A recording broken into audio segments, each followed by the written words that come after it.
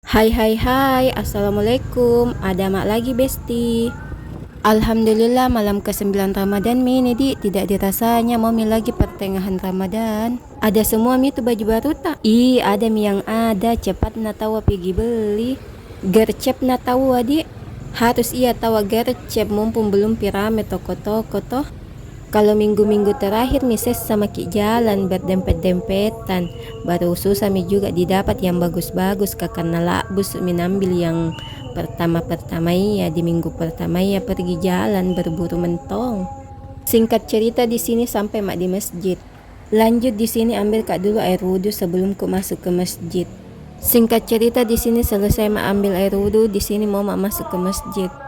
Ini bocahku jalan masuk. Influenza berat kak ini Besti gara-gara semalam kehujanan kak pas pergi tarwi tiba-tiba ke hujan deras. Tadi siang ini agak demam kak kurasa, tapi pas sudah buka alhamdulillah langsung kak fit.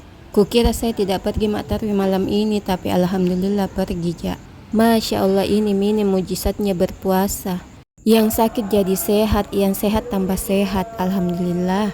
Ada mak ini di dalam masjid, baru sedikit jamaah yang datang. Masya Allah cakepnya ini masjid. Oh iya, sekedar informasi, saat ini saya lagi melaksanakan sholat tarawih berjamaah di Masjid Haji Fajar Rahman.